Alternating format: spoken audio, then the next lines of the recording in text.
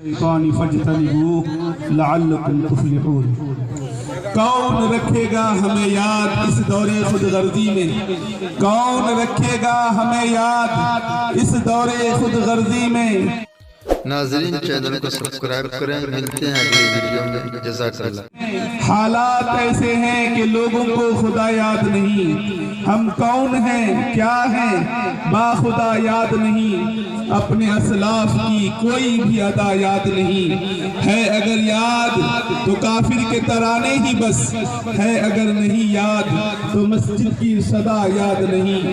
بنت حوا کو نچاتے ہیں سریعام محفل میں، کتنے سنگ دل ہیں کہ رسم حیا یاد نہیں۔ آج اپنی ذلت و رسوائی کا سبب یہی ہے، شاید سب کچھ یاد ہے مگر خدا یاد نہیں۔ جانے کا ماحول نہ بنائیں، بس 10 سے 15 منٹ کے اندر میں اپنی بات کو ختم کر دوں گا۔ اللہ کے نبی صلی اللہ علیہ وسلم نے ایک لمبی حدیث کے اندر یہ ارشاد فرمایا کہ جب میری امت کے اندر 15 قسم کی برائیاں پائی جائیں گی تو اس وقت امت کی خیریت نہیں، پریشانیاں، بلائیں، مصیبت، حادثات زمینی آسمانی اتنی کثرت کے ساتھ آنا شروع ہو جائے گی جیسا کہ تسبیح کا دھاگا ٹوٹ جانے کے بعد موتیاں ایک کے بعد دیگرے نکلتے چلے جاتے ہیں، ایسی مصیبتیں آنے والی ہیں۔ ان تمام علامتوں میں سے ایک علامت یہ ہے کہ جب میری امت کے اندر شراب عام ہو جائے گی، جب میری امت کے اندر شراب عام ہو جائے گی تو اس وقت امت کی خیریت نہیں، پریشانیاں، مصیبتیں، بلائیں زمینی اور آسمانی اتنی کثرت کے ساتھ آنے شروع ہوگی جیسا کہ تسبیح کا دھاگا ٹوٹ جانے کے بعد موتیاں ایک کے بعد دیگرے نکلتے چلے جاتے ہیں۔ اللہ کے نبی صلی اللہ علیہ وسلم نے ارشاد فرمایا کہ زنا کرنے والے مرد اور عورت کی شرمگاہ سے قیامت کے دن پیپ اور مواد نکلے گا۔ کیا نکلے گا؟ پیپ اور مواد نکلے گا، اتنی کثرت کے ساتھ کہ اس کے بہنے کی وجہ سے باضابطہ ایک نہر بن جائے گی، اس نہر سے شرابیوں کو پلایا جائے گا۔ جو لوگ اس دنیا کے اندر شراب پیتے ہیں میرے بھائی، آپ یاد رکھیے کہ قیامت کے دن اس نہر سے آپ کو پینا پڑے گا۔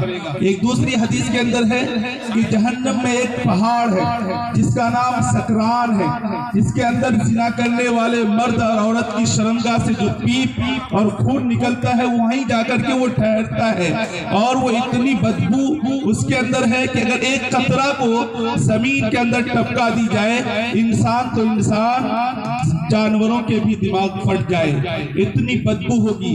اس تعفن اور بدبو اور پیپ اور مواد سے اس شرابی کو پلایا جائے گا، اور اس نہر کے اندر جو لوگ ڈبکی لگائیں گے وہ ہوں گے سود خور، جس کے اندر پیپ ہے، مواد ہے، تعفن اور بدبو ہے۔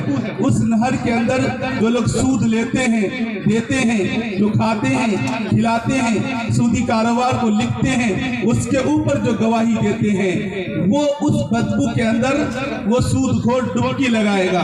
اس تعفن سے، بدبو سے انسان نکلنے کی کوشش کرے گا، وہ سود خور،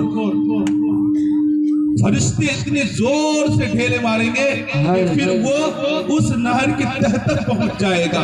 اس کے اندر 3 آدمیوں کے گناہ کو اور 3 آدمی کے متعلق عذاب کو بیان کیا ہے۔ ایک زنا کرنے والے مرد اور عورت کی شرمگاہ سے پیپ اور بدبو نکلے گا، اور اس بدبو اور پیپ سے شرابی کو پلایا جائے گا، اور اس کے اندر جو ڈبکی لگائے گا وہ ہوں گے سود خور۔ اللہ کے نبی صلی اللہ علیہ وسلم جب معراج تشریف لے گئے تو اللہ کے نبی نے فرمایا اتیت علی قوم بطونہم کالبیوت فیہا الحیات تری من خارج بطونہم فقلت من ہؤلاء یا جبرائیل قال ہؤلاء اکلۃ الربا۔ اللہ کے نبی صلی اللہ علیہ وسلم نے فرمایا کہ جب میری گزر ایسی جماعت پر ہوا جس کے پیٹ پہاڑ اور کمروں کے مانند تھے، اتنے بڑے بڑے پیٹ والے انسان تھے، جس کے اندر سانپ اور بچھو لوٹ رہے تھے جو باہر سے دکھائی دے رہا تھا۔ اللہ کے نبی صلی اللہ علیہ وسلم نے جبرائیل امین سے دریافت فرمایا کہ یہ کون لوگ ہیں؟ جبرائیل امین نے فرمایا یہ سود خور ہیں، یہ سود خور ہیں۔ اللہ کے نبی صلی اللہ علیہ وسلم نے فرمایا اذا ظہر الزنا والربا فی قریۃ فقد احلوا بانفسہم عذاب اللہ، جب کسی قریہ میں، کسی بستی میں، کسی گاؤں میں، کسی معاشرے میں، کسی سوسائٹی میں دو گناہ عام ہو جائے، زناکاری اور سود خوری، تو وہاں کے لوگ خود بخود اپنے آپ کو اللہ کے عذاب کے حوالے کر دیتے ہیں۔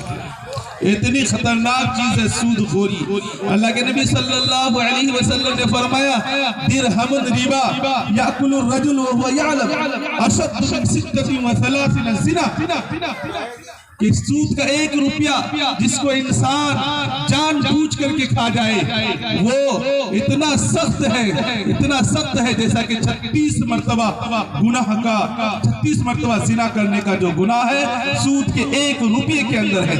آج ہم رئیس اعظم کہلانے کے چکر میں، ہم بلڈنگ خریدنے کے چکر میں، پراپرٹی کے چکر میں، بھائی صاحب نے 5 بوری